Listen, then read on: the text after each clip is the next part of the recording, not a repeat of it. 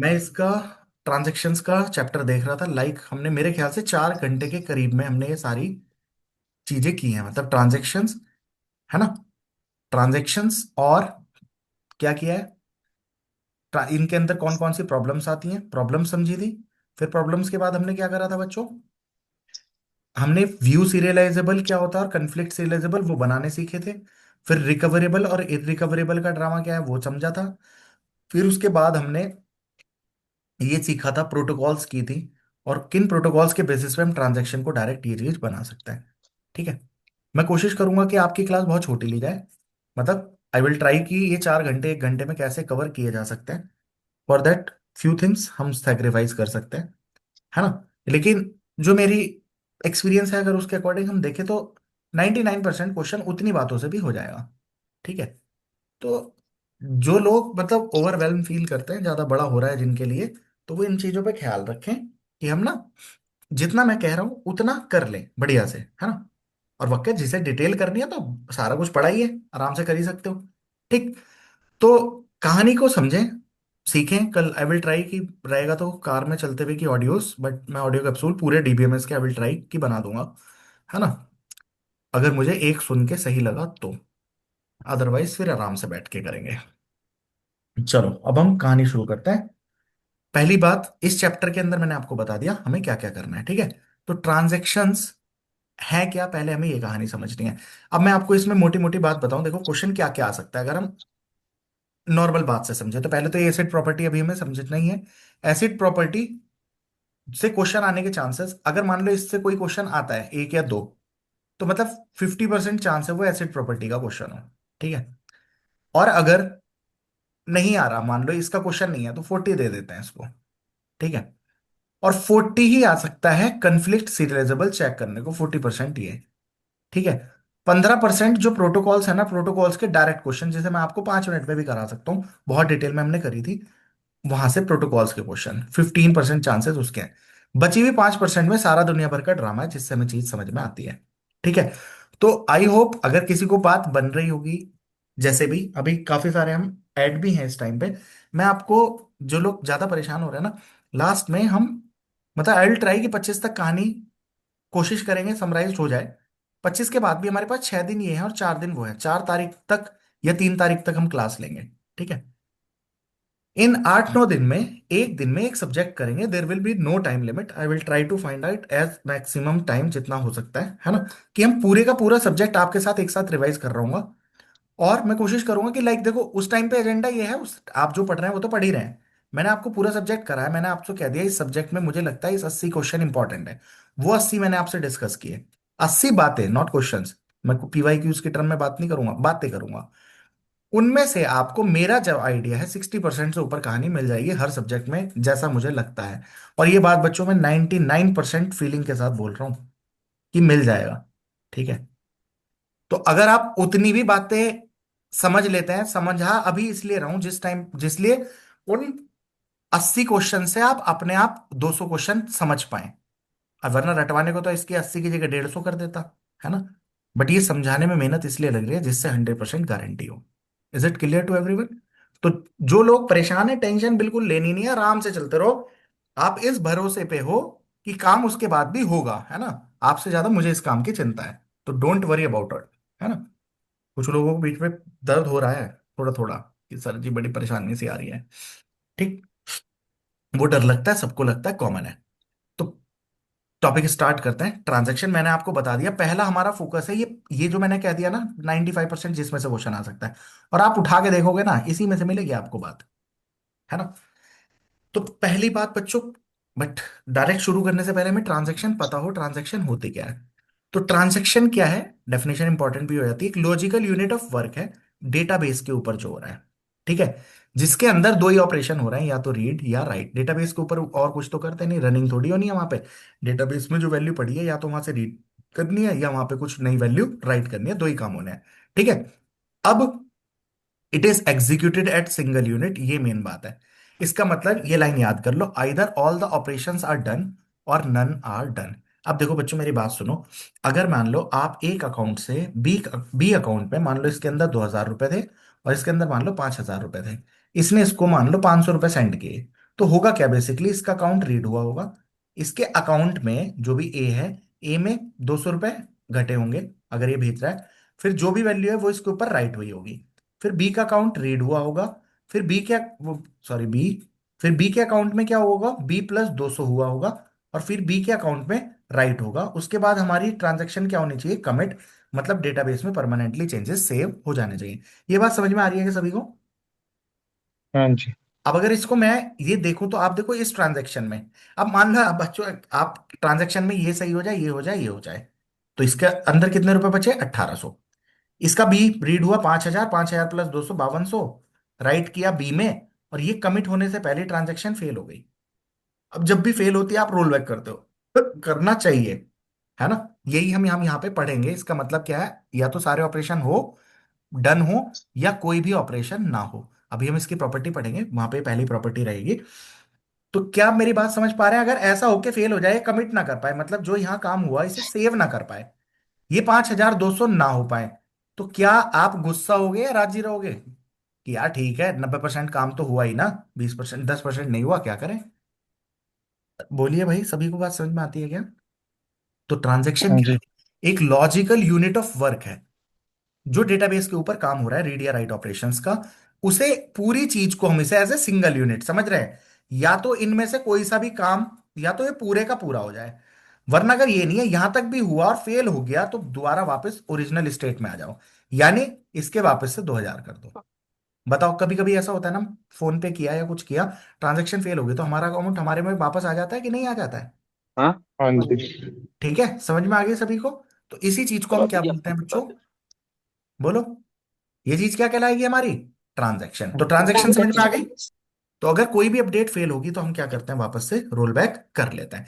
अब बच्चों, ट्रांजैक्शन की जो मैंने कहा जिससे क्वेश्चन आता है 40%, बहुत प्यार से समझाऊंगा। एसिड प्रॉपर्टी, एसिड में ए का मतलब होता है एटॉमिसिटी।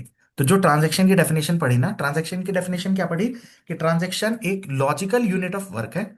इतना हल्का हो जाएगा ना मक्खन की तरह सब्जेक्ट में, सिर्फ पहले ये 3 बातें ही करूंगा आपके साथ, उसके बाद बकवास करूंगा और फालतू, है ना? अगर मुझे लगेगा कॉन्सेप्चुअली और कुछ स्ट्रॉन्ग करना है तो, otherwise to the point class रहेगी।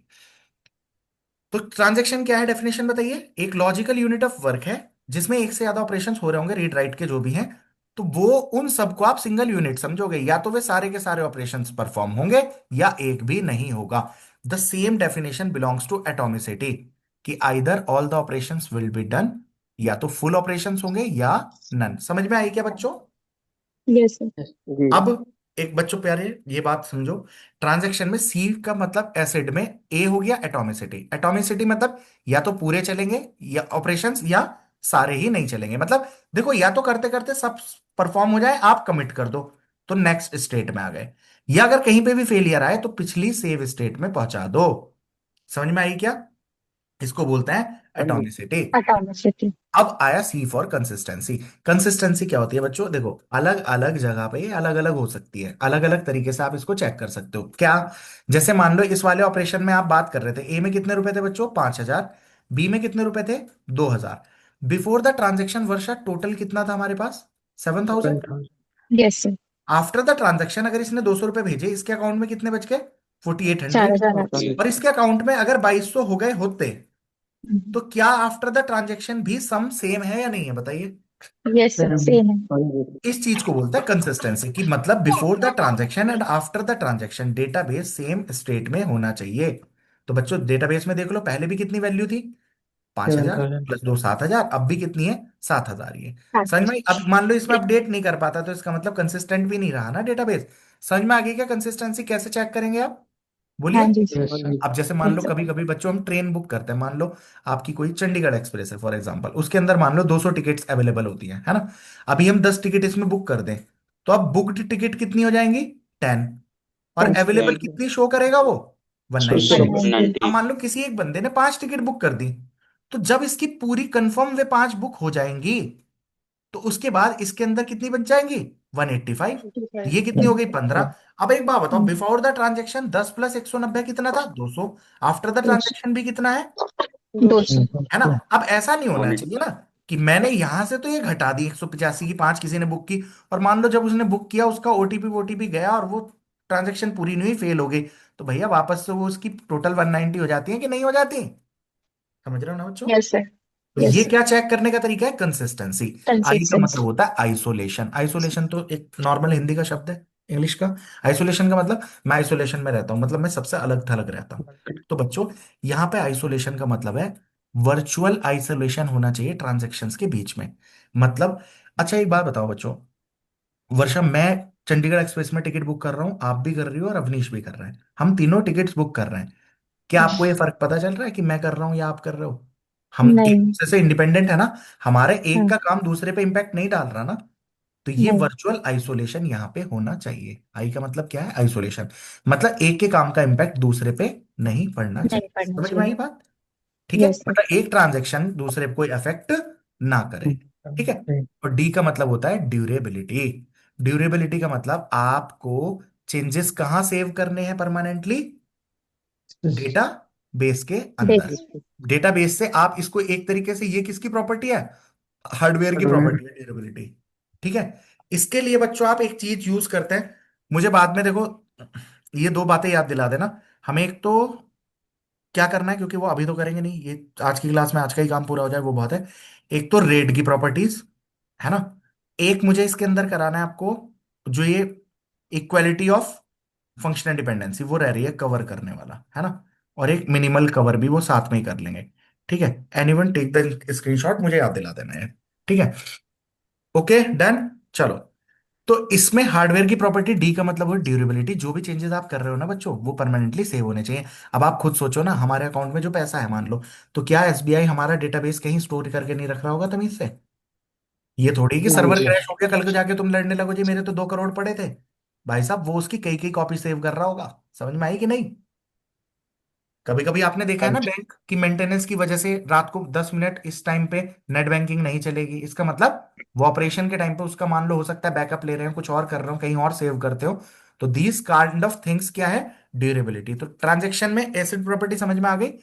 अब मैंने आपको बोल ही दिया, देखो कितना इंपॉर्टेंट है ये, कि लगभग जितना हम कुछ पढ़ते हैं वो 4 साढ़े 4 घंटे में, ये 10 मिनट की बात उतनी ही इंपॉर्टेंट है। समझ में आ गई क्या सभी को? यस हाँ सर। जी। आप कभी यस कभी सर। कैसे उल्लू बना देता है, इनमें से कौन सी ट्रांजैक्शन की प्रॉपर्टी नहीं है? एटॉमिसिटी, कंसिस्टेंसी, आइसोलेशन, डेडलॉक बोल देगा। अब बच्चा क्या लगेगा, हाँ यार सही तो कुछ एसिड में डी डेडलॉक ही था। समझ में आया कि नहीं? मतलब कुछ भी उल्लू काटेगा आपका इधर उधर से करके। ठीक है डन, चले आगे क्या? यहाँ पे भी देखो यस रेड सर। लिखा हुआ है, यस रेड की सर। फुल फॉर्म कर लेना, redundant array of independent disk. Independent disk. ये किसके लिए प्रॉपर्टी है? हार्डवेयर की प्रॉपर्टी है, देखो मैंने लिख रखा है, तो पिछली बार की उसमें भी देख लेंगे। यहाँ पे बच्चों ये लिखी हुई है, वेरी वेरी इंपॉर्टेंट, आपकी कहानी हो गई होगी, समझ में आ गई होगी। अब ये स्टेट ऑफ ट्रांजैक्शन, इसे भी समझ सकते हो, ये गरीब भी थोड़ा सा इंपॉर्टेंट है। ठीक है। स्टेट जैसे हमने प्रोसेस की नहीं स्टेट पढ़ी थी, यहाँ पे भी सेम ऐसी है। एक्टिव स्टेट, एक्टिव स्टेट का मतलब जैसे कोई ट्रांजैक्शन चल रही है वो किस में है? एक्टिव स्टेट में। मतलब जब ट्रांजैक्शन इनिशिएट हुई वो किस स्टेट में आ गई? एक्टिव में। जैसे ही इसके ऊपर मान लो आपने रीड किया इसे, या इसके ऊपर कुछ राइट किया, अब ये किस स्टेट में है? Partially committed. पार्शियली कमिटेड का मतलब बच्चों, या तो आप अब इसे कमिट करना, वरना अगर ये फेल हुई तो वापस कहां जाके रुकेगी? पिछली सेव्ड स्टेट में। अगर आपने इस पे कुछ भी काम करना शुरू कर दिया, एक तरीके से समझ लो ये मेमोरी में आ चुकी। और डेटाबेस में मान लो पुरानी जो भी वैल्यू थी एक ही, वो 100 थी। अब जो भी ये चेंजेस कर रही है ना वर्षा, ये चेंजेस कहां पे हो रहे हैं बेटा? सिर्फ मेमोरी में। आप इसकी कॉपी पे काम कर रहे हो। जब आप कमिट करते हो तो मान ले तूने इसकी वैल्यू घटा के इसमें से 80 रुपए घटाए, तो तेरे 20 रुपए बचे। जब आप कमिट करोगे तब ये वैल्यू 100 की जगह क्या लिखी जाएगी? 20। और इन केस कोई फेलियर आ गया तो भैया बात ऐसी है, जो तुमने करा वो सब खत्म। खत्म मतलब पुराना डेटाबेस में कुछ चेंज थोड़ी हो, 100 का 100 ही है। समझ में आई? प्रोफेसर। सभी को बच्चों ये यस। बात क्लियर है ना? यस तो सर। पार्शली कमिटेड क्या होता है? आपने कोई भी डेटाबेस में कोई भी ऑपरेशन रीड राइट किया तो आप किस स्टेट में चले जाएंगे? पार्शली कमिटेड में। ठीक है डन। अब आप जो भी कार्यवाही यहां बैठा रहे हो ना, वो सब करते जाओ करते जाओ करते जाओ, वो सब क्या हो गया अभी? पार्शियली स्टेट में ही है। ठीक है। अब जैसे ही आप यहाँ पे कमिट वगैरह करते हो तो आप कहाँ चले जाते हो? परमानेंट स्टोर किया तो किस स्टेट में जाओगे? कमिटेड में। कमिटेड। और कमिट कट करने के बाद ट्रांजैक्शन हो गई क्लोज, खत्म, टर्मिनेट। अब दूसरा क्या है चक्कर, जैसे बच्चों आप ये कार्यवाही कर रहे थे, यहां पे कोई फेलियर आ जाए। कार्यवाही करना मतलब आप कहां पे है? पार्शियली कमिटेड में। यहां पे कोई भी प्रॉब्लम आई तो आप सीधा फेलियर आते ही कहां चले जाओगे? Failed state. First state. अब फेल्ड स्टेट का मतलब आप क्या करेंगे? Roll back. रोल बैक मतलब देख अवनीश, यहां पे कोई फेलियर आया, आप वापस जाओगे पिछली सेव्ड स्टेट में पहुंच जाओगे। इस स्टेट को क्या बोलता है? अबॉर्टेड। अबॉर्टेड। आपकी ट्रांजेक्शन क्या हो गई? खत्म। मतलब जो आप काम T1 कर रहे थे, या तो ये कमिट कर दे तब ये खत्म मानी जाएगी, या ये रोल बैक करके पुरानी स्टेट में आ जाए तब इसको खत्म मानेंगे। बताओ, कोई महान बात कर दी क्या इसने? बताओ, किसी को समझ में ना आई हो तो बच्चों। आप ट्रांजैक्शन हाँ इस फिगर को ध्यान रखो, जैसे ही आपने कुछ काम शुरू कर दिया तो ट्रांजैक्शन किस में आ चुकी है अब? पार्शियली कमिटेड में। और बच्चों, हो सकता है एक्टिव स्टेट में बेचारी थी, शुरू में ही कोई फेलियर आ जाए तो फेल्ड स्टेट। खत्म। रोल बैक करो। रोल बैक मतलब जो पुराना स्टेट था उसे सेव्ड रखो, और ट्रांजैक्शन क्या हो गई? अबॉर्ट, मतलब खत्म हो गई, यानी ट्रांजैक्शन निकल गई। आप देखो, मेरी एक बात सुनिए बच्चों, अगर कभी ये क्वेश्चन पूछ ले कि आप डेटाबेस को कंसिस्टेंट कब मानते हैं, तो अवनीश एक बात बता, अगर मैंने ए और बी में ये ट्रांजेक्शन वाला काम कर रहा था, ये दोनों के काम सक्सेसफुल पूरे हो जाते और मैं कमिट कर पाता, तो आपने क्या करा होगा? आपने काम करना शुरू किया, पार्शली कमिटेड में गए, फिर जो जो काम आपने कमिटेड। करना था आपने परमानेंट स्टोर किया, और आपकी ये दोनों ट्रांजेक्शन T1 ट्रांजेक्शन क्या हो गई? एंड T1 ट्रांजेक्शन का काम क्या था? ए में से 200 रुपए घटा के बी में 200 डालना, दैट्स इट, डन हो गई। हाँ जी, अब हाँ मान ले जी। यहां पे कुछ फेल होता, तू क्या कर देगा? इसको वापस पहुंचा देगा। वापस वापस पहुंचाना टू मतलब जब ये फेल हुई, जैसे ही काम चल रहा था, काम चलते हुए कोई फेलियर आया, फील्ड में गए, रोल बैक किया, टर्मिनेट। इवन देन आप वापस गए ना, इसको भी आप कंसिस्टेंट ही बोलते हो। डेटाबेस में तो कोई गड़बड़ नहीं हुई ना भाई। एक बात बता, मैं किसी नहीं। को फोन पे कर रहा हूं, या तो चले जाए तब मैं सक्सेसफुल मानता हूं, या फिर अगर मेरे कट भी गए और उसके अकाउंट में नहीं गए तो वो वापस आ जाए, तब भी ट्रांजेक्शन क्या है? ठीक ही है। कंसिस्टेंट। समझ में आई? इसको क्या बोलते हैं? कंसिस्टेंसी। क्या बच्चों, ये दो टॉपिक क्लियर हो गए क्या? बोलो। हाँ जी। किसी जी को sir. Anyone is having any problem? है ना? अब बच्चों, मुद्दे की कहानी है कंकरेंसी कंट्रोल हम कैसे करते हैं, इसके पीछे बहुत सारी कहानी है, वो कहानी हम कुछ नहीं पढ़ रहे हैं। दैट्स इट, मौज करो, खत्म हो गई बात यहाँ पे। क्वेश्चन इसको उठाना और कर लेना, है ना? अब हम डायरेक्ट क्या करेंगे? देखो, ये रीड वीड जो प्रॉब्लम है ना, 5 तरीके की प्रॉब्लम होती है, लॉस्ट, अपडेट, टेम्पररी रीड। ये अभी कुछ नहीं पढ़ रहे हैं हम, इसकी कोई जरूरत नहीं है, कोई जरूरत नहीं है, छोड़ रहे हैं। ठीक है, चलो। अब हम नेक्स्ट चीज कर रहे हैं, मतलब ये कहानी हम कर लेंगे, अभी नहीं कर रहे हैं। अभी मतलब, क्योंकि देखो क्वेश्चन जिनमें से आना मैंने आपको वो लिखवा दिया, इसके बाद पहले वो कहानी कर लो। जब वहां पे आपकी बिल्कुल पक्के हो जाए ना, तब हम आगे की कहानी देख लेंगे। कहाँ गया कन्फ्लिक्ट सेलेबल? ठीक है बच्चों। अब ये और भी क्वेश्चन थे तुम्हारे, किसके? देखो, जैसे ये क्वेश्चन है बच्चों, है ना? और क्या क्वेश्चन है? कॉम्प्लेक्स, ये तो कंपोजिट एट्रीब्यूट्स है, ये 20 के क्वेश्चन आ गए होंगे, है ना? ये दो चार क्वेश्चन है पहले। अच्छा, ये प्रॉपर्टी पे क्वेश्चन देख लो, नेट वगैरह के आए हुए।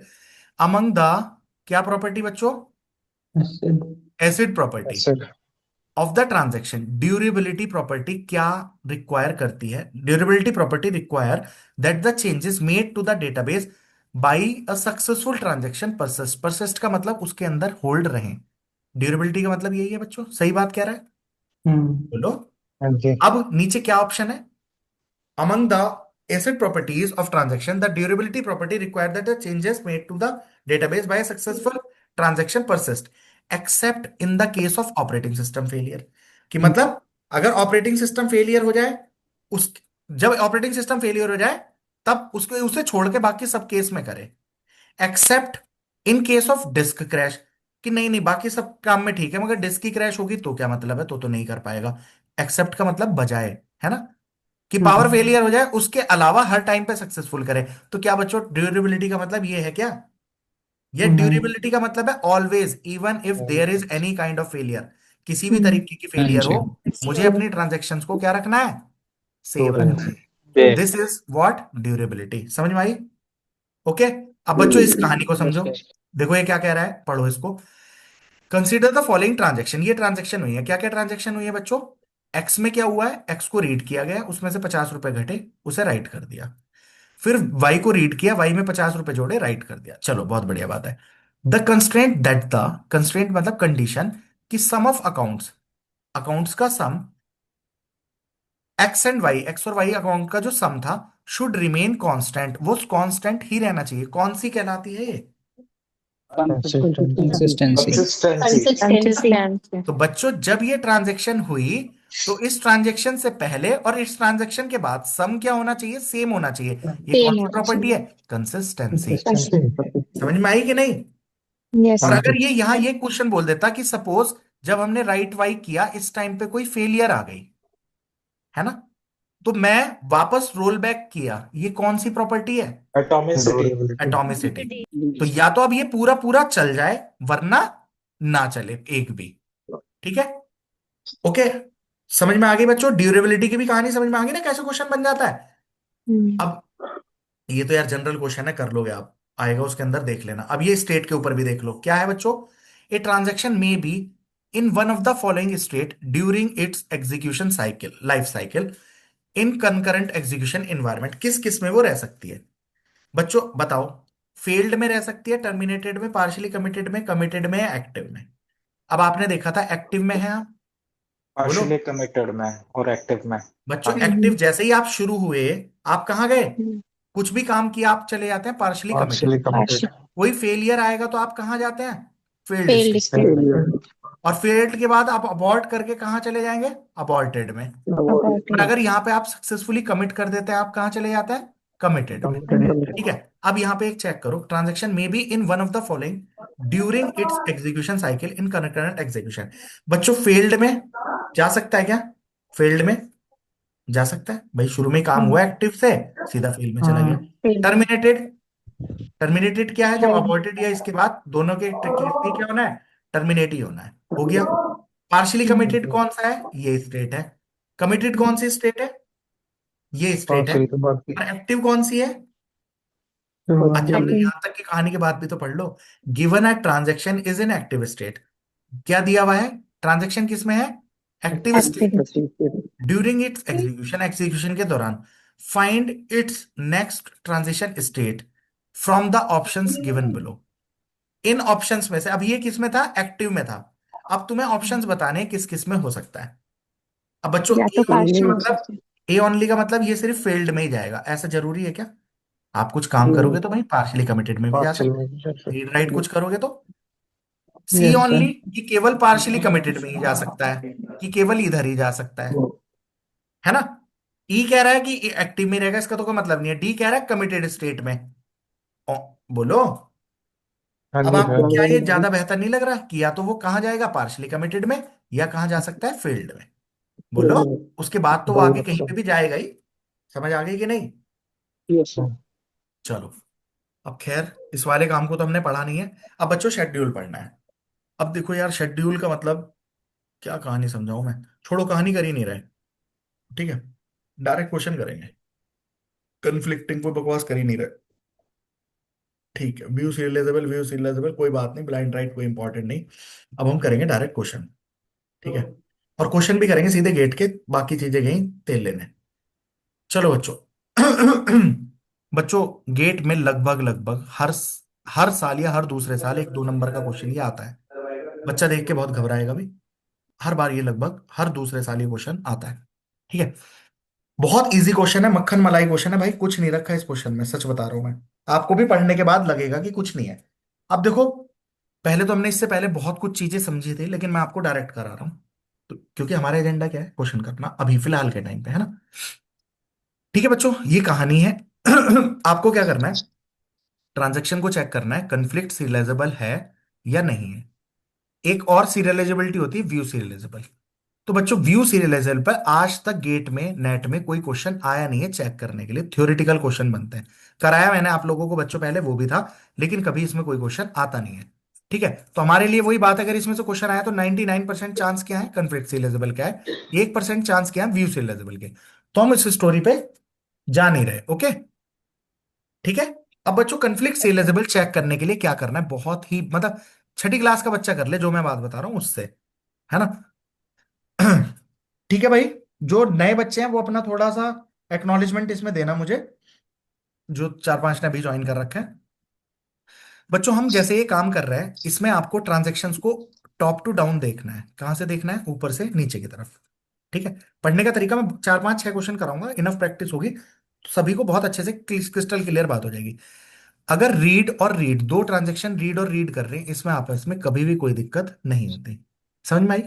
मान लो मैंने कुछ रीड किया, वैल्यू 10 है, इसने रीड किया, वैल्यू 10 है, कभी प्रॉब्लम नहीं होगी। दिक्कत कब होती है? मैं 10 का 12 कर दूं, ये 10 लेके बैठा, तब प्रॉब्लम होती है। ठीक है, तो हमें किस किस में प्रॉब्लम होगी? रीड राइट में, राइट रीड में, और राइट रीड राइट में। ठीक है, और जिनमें प्रॉब्लम होगी उसमें हम क्या बनाएंगे बच्चों? एरो बनाएंगे। ठीक है, अब काम चेक करो क्या हो रहा है। अच्छा, एक बात बताओ रचित, आप ए पे काम कर रहे हो, मैं बी पे काम कर रहा हूं, कभी प्रॉब्लम होगी क्या? मैं मान लो नहीं भैया। मैं जो हूं, फॉर एग्जांपल ऐसा समझिए, मैं चंडीगढ़ एक्सप्रेस की बुकिंग कर रहा हूं और मान लो आप जम्मू तवी एक्सप्रेस की बुकिंग कर रहे हो। हमारा दोनों का कुछ लेना देना है? मान लो दोनों में एक ही सीट अवेलेबल होती, किसे मिलती, किसको लॉक मिलता, किसको नहीं मिलता, कोई कलेश होगा क्या हमारा? नहीं। क्या हम दोनों डिपेंडेंट हैं एक दूसरे पे? नहीं है, है ना? नहीं भैया। तो यहां पे आपको चेक क्या करना है बच्चों, अगर रीड और राइट सेम डेटा आइटम पे हो रहा है तब कंसिडर करना है, वरना कंसिडर ही नहीं करना है। और कन्फ्लिक्ट सीरियलाइजेबल चेक करने का मतलब क्या है? अब देखो, इसकी आत्मा से मैं बहुत ज्यादा खेल गया हूं अब तक, क्योंकि आपको यही नहीं पता कन्फ्लिक्ट सीरियलाइजेबल होने का अर्थ क्या है। बट बच्चों लिटरल मीनिंग मानो, वो आधा पौन घंटा हमारा खाएगा, लेकिन क्वेश्चन सॉल्व तब भी ऐसे ही करना है, ठीक है? तो जब जिन्हें स्वाद लेना है वो स्वाद लेने के लिए इनफ वहां पे चीजें हैं, लेकिन आप डायरेक्ट इस गेम से ऐसे देखिए, एक दो क्वेश्चन में ही आपको स्वाद सा आ जाएगा। 2 नंबर का क्वेश्चन है, कोई मजाक भी नहीं है, ठीक? तो बच्चों आप यहां पे ऐसे करके बनाया करेंगे, T1 T2 एंड T3 बना लिया। अब आप चेक करोगे ऊपर से नीचे, ये रीड किस पे हो रहा है बच्चों? D3 पे। इधर चेक करो T3 में, कहीं D3 पे कुछ काम हो रहा है? हो रहा है। ये राइट। D3 को रीड कर रहा है, ये भी रेड D3 को रेड। रीड कर रहा है, कोई दिक्कत नहीं है। नीचे चेक करो भाई, यहाँ रीड रीड पे राइट भी हो रहा है। राइट हो रहा है। तो इसका मतलब T2 से T3 की तरफ एक एरो लगा लेना। लग गया क्या? हेलो? Yes sir. अब इसे किसी और के लिए चेक करने की जरूरत ही नहीं है, क्योंकि एक एरो लग गया, 10 एरो लगाओ, एक ही बात है। समझ आई क्या सभी को? Yes sir. अब यस सर। मैं T2 से T1 की दिशा में कुछ चेक करना चाहता हूं। यहां पे D3 है ही नहीं, तो इस डेटा इस ट्रेन पे काम ही नहीं हो रहा है। D2 पे काम हो रहा है, ये रीड कर रहा है, ये राइट कर रहा है, तो भैया इससे इसकी तरफ भी एक खींच लो। समझ आ गई क्या? बोलिए। Yes sir. yes, यस अब इसका काम खत्म हो गया, T2 से भाई दोनों की तरफ साइकिल खींच गया, और क्या हो सकता है? अब T1 से देखो, T1 से अब देखो T1 यहां पे है, तो इससे नीचे नीचे ही तो देखोगे। अब T1 यस का सर। किससे चेक करना है? मैं पहले T2 से चेक कर लो। T1 T2 पे, ये D1 पे, ये D1 पे रीड हो रहा है, ये D1 पे क्या हो रहा है बच्चों? राइट। राइट राइट हो रहा अब राइट होने का मतलब क्या है? T1 से T2 की तरफ भी एक एरो लग गया। है। अब बच्चों और ज्यादा चेक करने की जरूरत नहीं है, अगर आपका साइकिल आ जाए तो आप कह दोगे ये सीरियलाइजेबल ही नहीं है, बात ही खत्म। बोलो भाई, समझ में आया क्या सभी को? रीना, क्लियर है? Yes sir, yes yes sir. अगर एरो बन गया तो हम क्या कह देंगे? सीरियलाइजेबल नहीं है। एरो नहीं बना तो मैं कहूंगा सीरियलाइजेबल है। समझ आई बच्चों सभी को? इस क्वेश्चन को चेक करो, जैसे अब ये गेट 2003 में है, ये गेट 2004। चलो चेक करते हैं। यहां पे T1 और T2 हम क्या करेंगे? T1 और T2 दो बना लेंगे, ठीक है? यहां क्या हो रहा है बच्चों? एक तरीके से ए पे रीड हो रहा है, हो गया। यहां पे ए पे रीड हो रहा है, यहां पे ए पे राइट भी हो रहा है, दिख रहा है क्या? Yes sir. हाँ जी। तो T1 से T2 की तरफ लाइन खींच लो। अब अच्छा, यहां पे नीचे और चेक करो। अब देखो, एक बार लाइन खींच गई, 56 बार खींचे कोई मतलब नहीं है। अब सिर्फ T2 से T1 की तरफ देख लो, लाइन खींचने के लक्षण है क्या? यस। देखो, यहाँ ए पे रीड हो रहा है, यहाँ ए पे क्या हो रहा हाँ है जी बच्चों? है। right, राइट हो रहा है, राइट हो रहा ठीक है? साइकिल हो गया। बी अब बी हो रहा है। है। इसने क्या आंसर हो जाएगा? S is not conflict serialisable either S T1, ना T1 की तरफ से होगा ना T2 की तरफ से होगा। समझ में आई क्या बात? ऐसे चला लो। अब देखो, कभी आपको ऐसा लिखा मिल जाए, देखो मैंने एक ही जगह से उठाए, काफी क्वेश्चन मिल गए, इसलिए बहुत ज्यादा उठे हुए नहीं है, लेकिन यकीन मानो बहुत क्वेश्चन इसके आते हैं। अब दो तीन इस तरीके के देख लो। क्या है बच्चों क्वेश्चन? ये क्वेश्चन आप कैसे लिखेंगे बच्चों? S1, आप S1 स्टॉप। और S2 कैसे लिखना है बच्चों? ध्यान देना। R1X क्या है ये? यानी रीड हो रहा है। पहली ट्रांजैक्शन क्या कर रही है? रीड। रीड एक्स को। सुनो मेरी बात, यहाँ पे R1 का मतलब क्या है, इसे पढ़ने का तरीका क्या होता है? S1। पहला शेड्यूल बनाओ S1 शेड्यूल में क्या हो रहा है? देखो कितनी ट्रांजैक्शन है, चेक करो। 1 1 2 2 2 2, यानी कितनी ट्रांजैक्शन है S1 में? 2 ट्रांजैक्शन है। तो आप क्या लिख लो? T1 and T2। Hello? Yes. लिख लिया। R1X मतलब पहले क्या कर रही है? पहली ट्रांजैक्शन क्या कर रही है? रीड कर रही रीड है X पे। रीड। फिर अगला क्या है? इसने Y पे रीड कर दिया। फिर सॉरी सॉरी, वाई वन। चलेंगे टी हम। वन। टी ये वन पे। R1Y का मतलब क्या है? आर ने ही, इसने वन वाली ने ही क्या किया है? रीड किया है। R2X सेकंड वाली ने किसको रीड किया है? X को। एक्स को। R2Y सेकंड वाली ने किसको रीड किया है? Y को। वाई को। W2Y, W2Y मतलब सेकंड वाली ट्रांजेक्शन ने राइट किया है Y पे। W1X इसने किया है पहली वाली ने राइट किया है X पे। अब बच्चों एक बात देखना जरा आंख खोल के, अगर मैं यहां से लूप देखूंगा, T1 और T2 बनाना जरा। ये रीड है एक्स पे, यहाँ पे यस। हाँ नीचे जी। चेक करोगे एक्स पे सिर्फ रीड है, कोई दिक्कत नहीं। यहाँ, अरे नहीं। बोलो, कोई दिक्कत एक्स नहीं। से ये सिर्फ रीड है और नीचे एक्स था ही नहीं, तो T1 से T2 की तरफ इसकी वजह से तो नहीं खींचा। आर वाई की वजह से देखो, ठीक ये जाएगा। एक्स पे कर रहा है, ये वाई पे कर रहा है लेकिन रीड है, लेकिन ये वाई पे क्या कर रहा है, राइट कर रहा है। Right right. कर। राइट करने का मतलब T1 से T2 की तरफ एरो खिंच जाएगा। हो गया। अब T1 का और चेक करने की जरूरत क्यों है, अब T2 को चेक करो।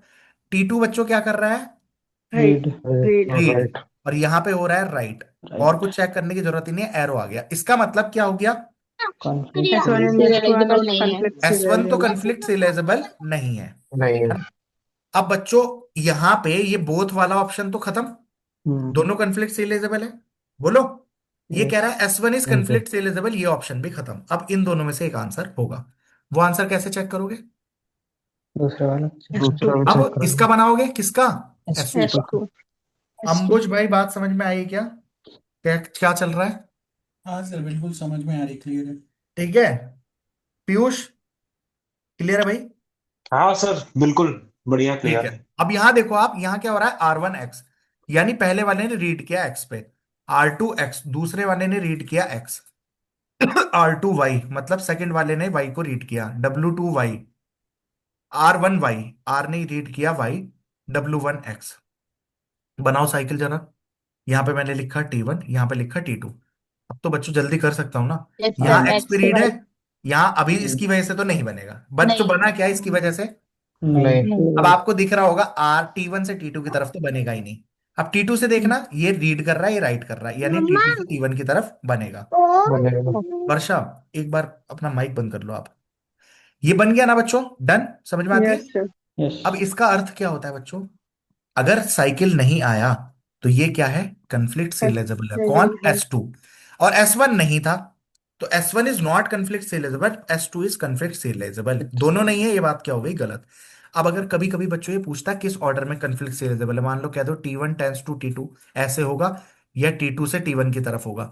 बच्चों, ये तीर डिसाइड करता है, इसको लोग बोलते हैं टोपोलॉजिकल सॉर्टिंग। तो बच्चों कैसे होगा, T2 से T2 से T1 की T1। तरफ। मैं आपको एक छोटा टोपोलॉजिकल सॉर्टिंग की बात बता देता हूं।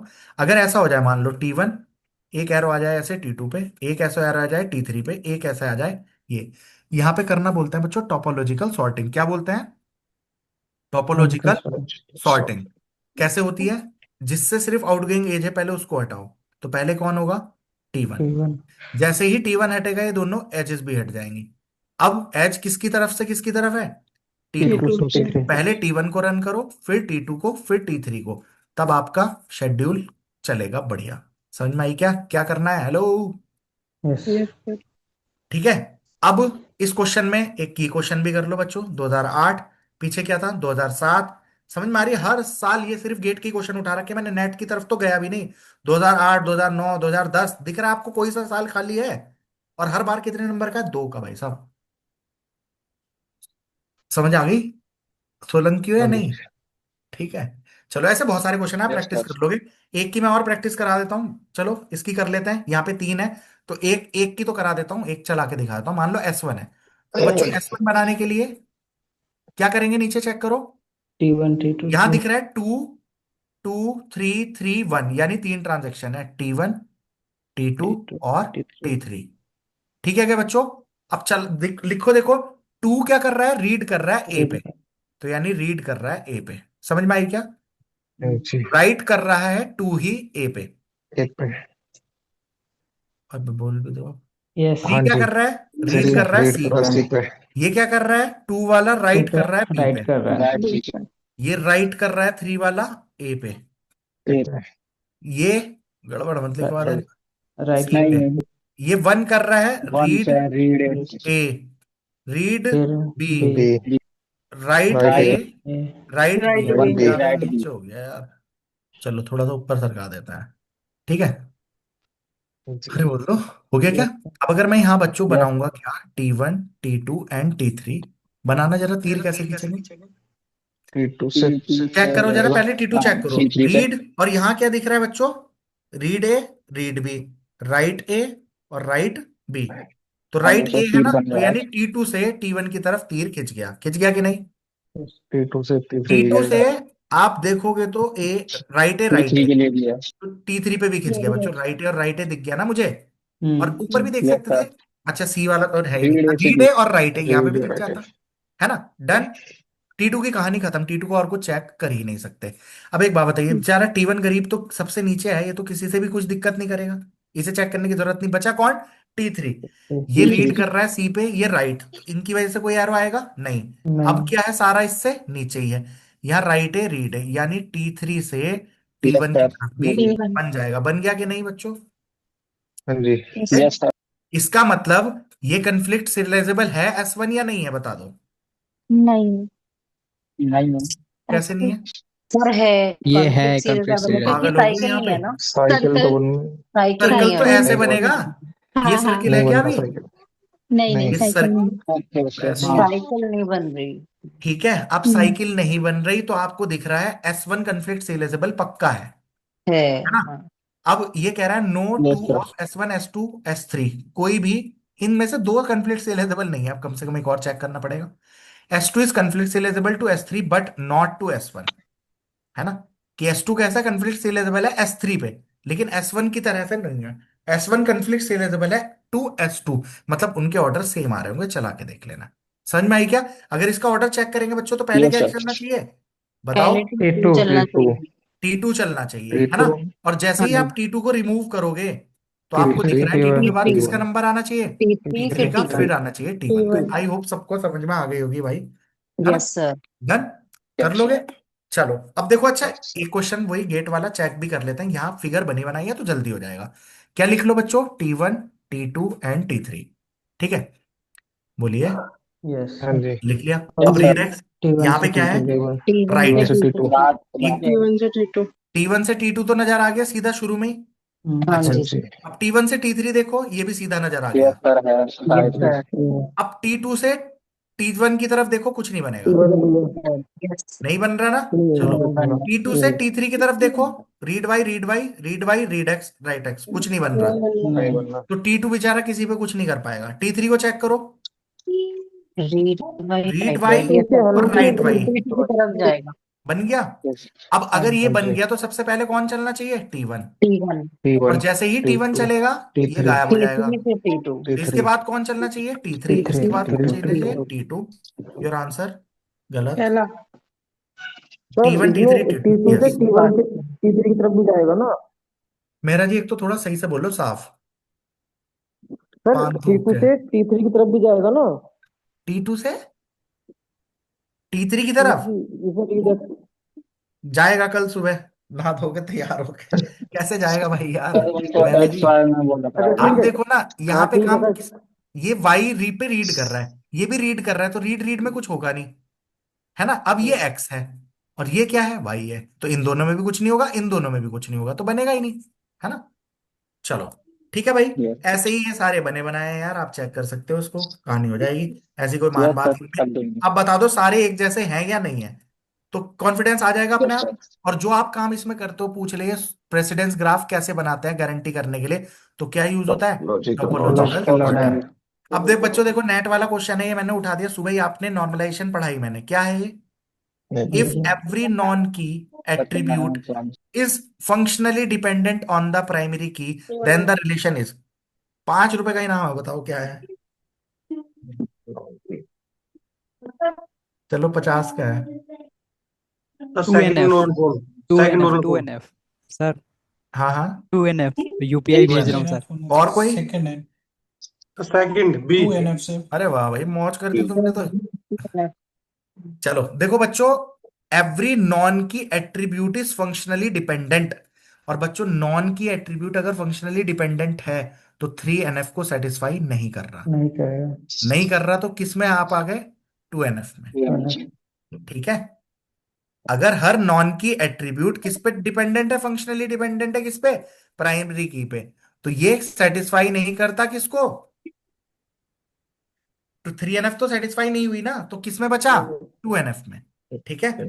अब आपके मन में एक डाउट आ रहा होगा, यार सर फिर वो कैसे बची बात, की वाला तो कभी भी नहीं सॉल्व कर पाएंगे, की वाला कैसे पता चलेगा पार्शियल डिपेंडेंसी है कि नहीं है। अरे आएगी ये बात भी दिमाग में कि नहीं आएगी? आएगी। मगर भैया जब इसको आप उसमें बनाएंगे ना, और अगर वो फुल्ली फंक्शनल डिपेंडेंट हो रहा है, तो मतलब वो 2NF में हो जाता है। तो कई बार चीजों की डिटेल में करने की जरूरत ना है, इतने से ही काम चल जाएगा। ठीक। अब बच्चों यहाँ पे क्वेश्चन देखो, क्या आप ये वाला क्वेश्चन कर सकते हैं 119 कन्फ्लिक्ट एलिजिबल का? बोलिए। Yes sir.